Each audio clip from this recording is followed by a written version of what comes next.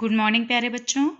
Class 10th की हिंदी की worksheet number 8 आज 23 जुलाई को यहाँ पर हमको एक पद्यांश दिया गया है।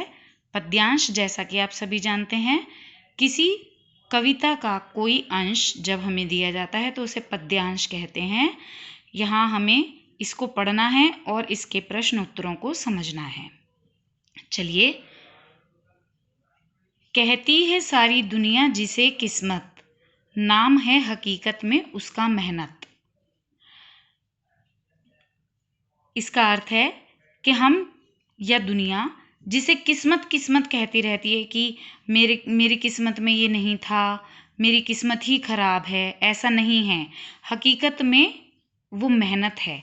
जब हम किसी चीज़ को पाने के लिए मेहनत ही नहीं करते तो फिर हमें वो चीज़ नहीं मिल पाती। हम उससे डर कर पीछे हो जाते हैं और मेहनत नहीं करते तो हम अपना लक्ष्य प्राप्त नहीं कर पाते हैं। जो रचते हैं खुद अपनी किस्मत, वे कहलाते हैं साहसी।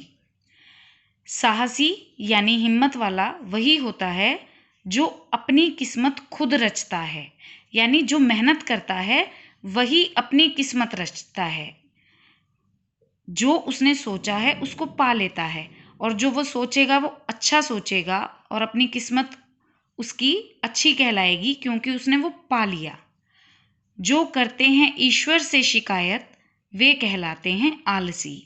और जो कुछ नहीं मिलता ना, मेहनत तो करते नहीं हैं और बैठे बैठे सिर्फ ईश्वर से कहते रहते हैं, हे भगवान हमको ये दिला दो, हमको ये कर दो, और जब वो नहीं मिलता तो हम उसको दोष देने लगते हैं ईश्वर को कि भगवान तो हमें कुछ देता ही नहीं है, हमारी तो किस्मत ही खराब है। ऐसा नहीं होता, वो आलसी होते हैं। तो हमें कुछ अगर पाना है तो बैठने से काम नहीं चलेगा, हमें ही मेहनत करनी है। जो रुक गया मिट गया उसका नामो निशां। जो रुक गया मिट गया उसका नामो निशां, यानी अगर हम रुक जाएंगे तो वहीं पर हमारा नामो निशान खत्म हो जाएगा।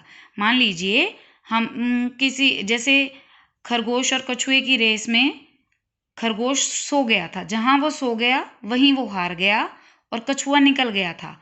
तो कछुआ जीत गया रेस को क्योंकि वो निरंतर चलता रहा, और खरगोश क्योंकि रुक गया तो वो जीत ही नहीं पाया। तो जो रुक जाता है वो अपनी मंजिल को पा ही नहीं पाता, वो वहीं पर अपने आप को ठहरा देता है।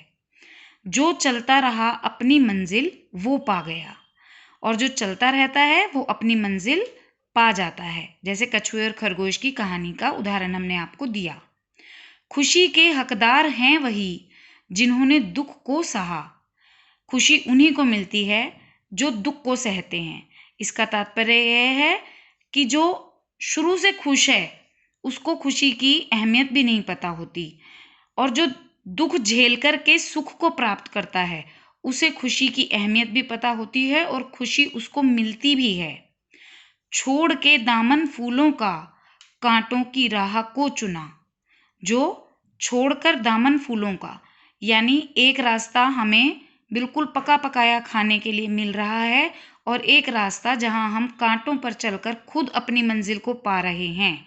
तो हमें जो कांटों की राह पर चलकर जो हम मंजिल को पाते हैं वही मंजिल हमें खुशी प्रदान करती है। निराशा का अंधकार मिटाकर आशा के दीप जलाओ, यानी निराश होकर हमको नहीं बैठना है, हमको आशा के दीप जलाने हैं। आशा के दीप कैसे जलाने हैं कि हमें अपने लक्ष्य तक पहुंचने के लिए ये आशा रखनी है, अपने मन में विश्वास रखना है कि हाँ हम एक दिन अपनी मंजिल प्राप्त कर लेंगे, और उसके लिए हमें मेहनत करते रहना है। छोड़ भाग्य की दुहाई अपनी किस्मत स्वयं बनाओ, और हमें ये भाग्य को नहीं का रोना नहीं रोते रहना है जब भी कि भाग्य से हमें ये नहीं मिला, भाग्य से हमें वो नहीं मिला। हमको अपनी किस्मत खुद बनानी है, यानी मेहनत करनी है। हमारी किस्मत कब बनेगी? जब हम मेहनत करेंगे। भाग्य के भरोसे बैठे नहीं रहेंगे कि हमारे भाग्य में होगा तो मिल जाएगा, नहीं। बैठे रहने से कुछ नहीं मिलता जब तक हम उसको पाने के लिए मेहनत नहीं करते। तो यहाँ पर हमारा ये पद्यांश पूरा हुआ। अब इससे संबंधित देखिए यहाँ पर कुछ शब्दों के अर्थ लिखने हैं आपको। तो देखिए इसके अर्थ हम लिख लेते हैं। हकीकत यानी वास्तव, हकीकत माने वास्तव में या सच में। दूसरा है खुद, खुद माने स्वयं। आलसी, जो काम से जी चुराता है उसे आलसी कहते हैं। साहसी यानी हिम्मत वाला। मंजिल यानी लक्ष्य, हमने जो लक्ष्य साधा है उसे मंजिल कहते हैं। दामन यानी आंचल। और भाग्य, हमारी भाग्य यानी किस्मत। ये हमारे शब्द अर्थ हैं। अब देखिए यहाँ प्रश्न उत्तर दिए गए हैं। हकीकत में किस्मत किसे कहते हैं? हकीकत में किस्मत किसे कहते हैं? मेहनत को। नाम है हकीकत में उसका मेहनत, मेहनत को हम किस्मत कहते हैं। हकीकत में मेहनत ही किस्मत है।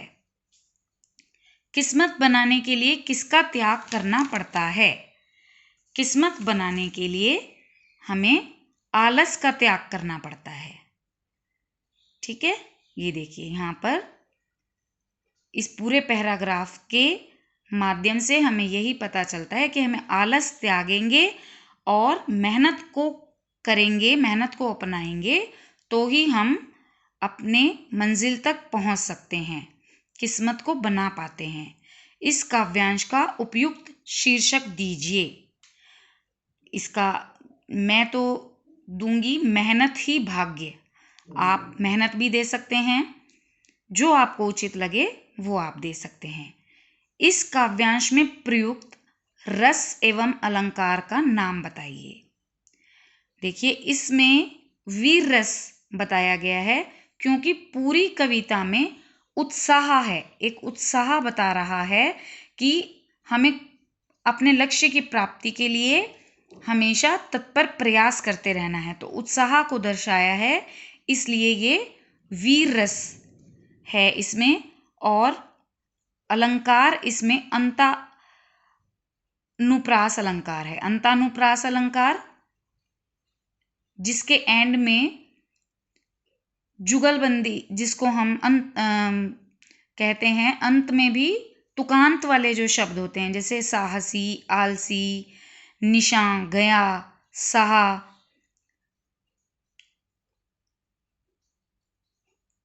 जलाओ, बनाओ, ये सब जो हैं तुकांत वाले शब्द हैं, इसलिए इसको अंतानुप्रास अलंकार कहा जाएगा।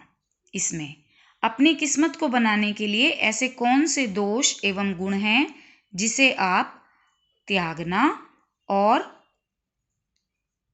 अपनाना चाहोगे? देखिए इस पहरे में आप देखिए आप किस किस को त्यागना चाहेंगे। आप आलस को त्यागना चाहोगे और मेहनत को अपनाना चाहोगे। जैसे देखिए, फूलों का दामन छोड़कर कांटों की राह को चुनेंगे, निराशा का अंधकार हटाकर आशा के दीप चुनेंगे। इसी तरह आलस को त्याग कर हम मेहनत को अपनाएंगे। ठीक है बेटा, चलिए अब ये वर्कशीट आपकी पूरी हुई, इसको आपने पढ़ना है और समझना है। थैंक यू बेटा।